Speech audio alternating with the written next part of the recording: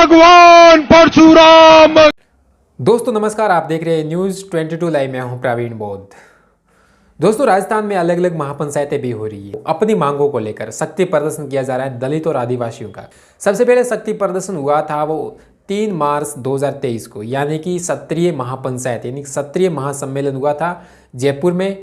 और 5 मार्च को जाट महाकुंभ हुआ था। उन्होंने जाटों ने भी अपनी शक्ति प्रदर्शन दिखाया, अपनी समाज की एकता दिखाई और अपनी मांगे भी रखी कि जातिगत जनगणना हो, ओबीसी को आरक्षण मिले, इस तरह की अपनी अपनी मांगे भी रखी। उसके बाद जो 19 मार्च को जो महासम्मेलन हुआ था, ब्राह्मण महासम्मेलन, उसमें भी हजारों की संख्या में लोग वहाँ पहुँचे थे। और जयपुर पूरी देखे जाए तो पूरी भगवी हो गई थी। हर तरफ भगवा कलर के झंडे लेकर लोग चल रहे थे सड़कों पर, गाड़ियों में। लेकिन उनकी भी कई मांगे थी कि जैसे कि हमें मंदिरों में सुरक्षा दी जाए, हमें मंदिरों में वेतन दिया जाए, सरकारी वेतन दिया जाए, भत्ता दिया जाए, और हिंदू मंदिरों में सिर्फ हिंदुओं का अधिकार हो और जो पुजारी हैं वो सिर्फ ब्राह्मण ही हो। इस तरह की उनकी मांगे थी। और कांग्रेस और बीजेपी में 30-30 टिकट दी जाए, चाहे बीजेपी में हो चाहे कांग्रेस में हो, लेकिन 30-30 हमें टिकट दी जाए।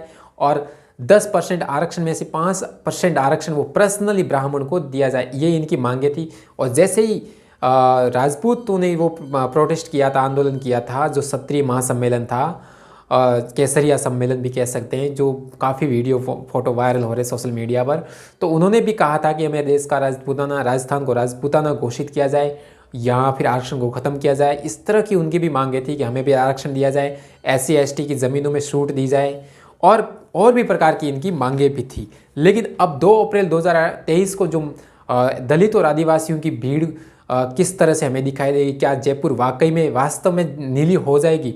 लेकिन जयपुर वालों के लिए जो SC/ST के जो महासम्मेलन हो रहा है, इनके लिए कोई बड़ी बात नहीं है कि महासम्मेलन में हमें जयपुर को नीली करनी है। हालांकि जयपुर महासम्मेलन ऐसे भी कई हुए दलित आदिवासियों के जो जयपुर को नीला भी कर दिया है। ये पहली महासम्मेलन नहीं है दलित और आदिवासियों की, इससे पहले भी कई जयपुर में सम्मेलन हुए हैं। उनको प्रोटेक्शन भी मिला था, सुरक्षा भी मिली थी और अच्छी व्यवस्था भी की गई थी। और इस बार भी जयपुर फिर से लाखों की संख्या में भीड़ वहां पहुंचेगी। लेकिन अब देखने वाली बात यह है कि क्या 2 अप्रैल 2023 को लाखों की संख्या में फिर से जयपुर नीला होगा? ये दलित आदिवासियों के लिए कोई बड़ी खबर नहीं है कि जयपुर को नीला करना। इससे पहले भी कई बड़ी बड़ी सभाएं और पंचायतें और रैलियां भी कर चुके हैं दलित आदिवासी, और जयपुर को नीला भी कर चुके हैं।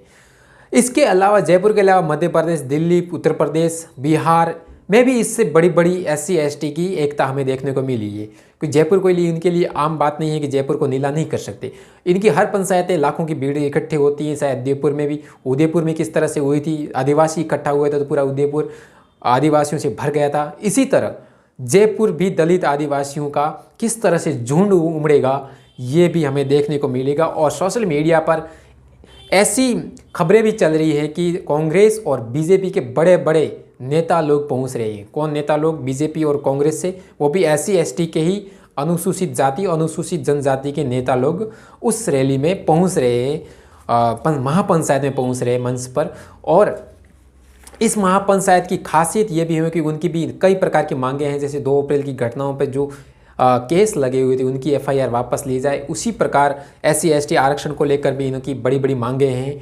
और ये एकता और मांगे तब पूरी होगी जब एकता दिखेगी कि SC/ST ने कितना जन सैलाब इकट्ठा किया, जयपुर में कितनी महापंचायत में भीड़ जुटा पाए हैं। हालांकि इनके लिए तो कोई बड़ी बात नहीं है कि भीड़ जुटाना। और जो पिछली जो महापंचायतें हुई थी, चाहे क्षत्रिय महासम्मेलन हुआ हो, जाट महासम्मेलन हो, ब्राह्मण महासम्मेलन हो या पंचायतें हो, उसमें भी लगता है कि ये पहली बार इतनी भीड़ हुई है। और इसका रिकॉर्ड तोड़ना इनके लिए तो आम बात है SC/ST के लिए। और इनकी मांगे भी जायज़ है क्योंकि हर तरफ से ये प्रताड़ित होते हैं। कभी मुंह से रखने से उसको मार दिया जाता है, कभी घड़े से मटकी सोने से पानी पीने से भी मार दिया जाता है। और घोड़ी चढ़ना तो इनके लिए नसीब में भी नहीं है, कहीं भी जाए तो उनको घोड़ी से उतार दिया जाता है। इसलिए इनकी एकता में थोड़ी ताकत आई है कि हमें एकता दिखाना। लेकिन यही एकता अगर चुनाव में दिखाए तो इनकी सरकारें भी बन सकती है। लेकिन ये बंट जाते हैं अलग अलग। और ये भी हो सकता है कि बीजेपी के जो नेता लोग पहुंचेंगे SC/ST के, वहां पर भी इनका विरोध होगा। क्योंकि कांग्रेस के भी पहुंचेंगे तो बीजेपी वाले विरोध करेंगे, ये तो कांग्रेस की पंचायत थी। दूसरे लोग कहेंगे कि ये बीजेपी की महापंचायत थी। लेकिन आपको ये भी समझना है कि ब्राह्मण महासम्मेलन में भी बीजेपी के नेता लोग पहुंचे थे और कांग्रेस के नेता लोग भी पहुंचे थे। वैसे ही क्षत्रिय महासम्मेलन में जितने भी क्षत्रिय समाज में लोग थे, बड़े बड़े नेता थे, वो भी पहुंचे थे इस महासम्मेलन में, चाहे कांग्रेस में हो, चाहे बीजेपी में हो, कोई बीएसपी में हो, किसी भी पार्टी में हो, लेकिन वहाँ पर किसी का जात मतलब किसी भी पार्टी नहीं दिखी, बस समाज दिखा है। वैसे ही SC ST को भी अपना समाज देखना चाहिए, बीजेपी पार्टी का हो चाहे कांग्रेस पार्टी का हो, आपको समाज देख के आना है। ये नहीं होना चाहिए कि वो बीजेपी मंच पे, बीजेपी के लोग नेता कैसे मंच पे खड़े थे, कांग्रेस के नेता कैसे मंच पे खड़े, और बाद में जो नहीं जाने वाले, आपकी टांग खिंचाई करने वाले, ये कहेंगे कि वहाँ पर मंच तो सिर्फ कांग्रेस वालों का था, सिर्फ बीजेपी वालों का था। तो ये खबरें बाद में हमें देखने को मिलती है। SC ST को ये भी सोचना चाहिए कि किसी भी पार्टी में हो, लेकिन समाज के लिए तो कम से कम वो एक है, तो वो आगे आए तो उनके लिए ये बड़ी सौगात है। और लिस्ट भी जारी होगी, मैं लिस्ट से नाम बताऊंगा। अभी 50, 30, 35 लोगों की लिस्ट जारी हुई है। उन्हें बड़े बड़े नेता भी है, कैबिनेट मंत्री है, राज्य सरकार है, और केंद्र सरकार में भी बड़े बड़े नेता लोग, चाहे मीणा हो या फिर मेघवाल हो, SC ST का कोई भी हो, वहाँ पहुँच रहे हैं। बेरवा, बलाई, जितने भी ये जातियों का नाम लिए, लेकिन वो सिर्फ SC ST के नाम से पहुंच रहे हैं, कोई जाति या धर्म को लेकर नहीं पहुंच रहा है, सिर्फ समाज, अनुसूचित जाति, अनुसूचित जनजाति के नेतृत्व पे पहुंच रहा है।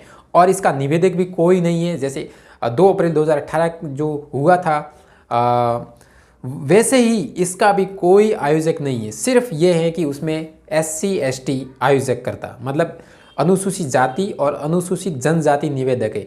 इसमें कोई पर्सनली किसी को इन्फॉर्मेशन नहीं करना है कि आपको पहुंचना है, नहीं पहुंचना है। बस आपको जो पोस्टर वायरल हो रहे हैं उनकी मांगों के तहत आपको पहुंचना है, और वहां पर ज्ञापन दिया जाएगा, और महापंचायत में भी बातें रखी जाएगी कि समाज में किस तरह से बिखराव पैदा हो रहा है, लड़ाइयाँ हो रही है, कौन कितना जातिवाद कर रहा है, ये वहाँ पर बातें होगी। और बड़े बड़े नेता लोग भी पहुँचेंगे और वहाँ पर ये सब बातें की जाएगी। अब देखने वाली बात है कि मध्य प्रदेश में दलित और आदिवासी इकट्ठा हुए थे और रिकॉर्ड तोड़ रैली की थी, जनसभा हुई थी वहाँ पर। क्या वहाँ का रिकॉर्ड जयपुर में भी तोड़ पाएंगे दलित आदिवासी? क्योंकि मध्य प्रदेश में जो जनसभा हुई थी वो 15-20 लाख करीबन लोग पहुँचे थे SC ST के। क्या वहाँ पर जयपुर में भी इसी तरह जनसभा होगी और 15-20 क्रॉस करेंगे ये जनसभा? अब देखने वाली बात है। और मैं लिस्ट आपको बताना चाहता हूं कि कौन कौन ये लोग पहुंच रहे हैं। तो दोस्तों, आप सोशल मीडिया पर ये आप लिस्ट देख सकते हैं किस तरह से ये वायरल हो रही है कि इतने नेता लोग, बीजेपी और कांग्रेस के नेता यहाँ पहुंच रहे हैं जयपुर महापंचायत में। तो दोस्तों, मैं भी पहुंचूंगा, लाइव कवरेज भी दिखाऊंगा। अगर आप हमारे चैनल पर नए हो तो न्यूज़ 22 को लाइव को ज़रूर सब्सक्राइब कर दीजिए और घंटी का बटन ज़रूर दबा दीजिए, ताकि जैसे ही हमारी वीडियो अपलोड होगी तो आपके पास नोटिफिकेशन आएगा और आप घर बैठे भी न्यूज़ 22 लाइव से जयपुर महापंचायत भी देख सकते हैं। शुक्रिया दोस्तों, देखते रहिए न्यूज़ 22 लाइव। मैं हूं प्रवीण बोध। दोस्तों, वीडियो पसंद आए तो लाइक, शेयर और न्यूज़ 22 लाइव को सब्सक्राइब करना ना भूलें। शुक्रिया।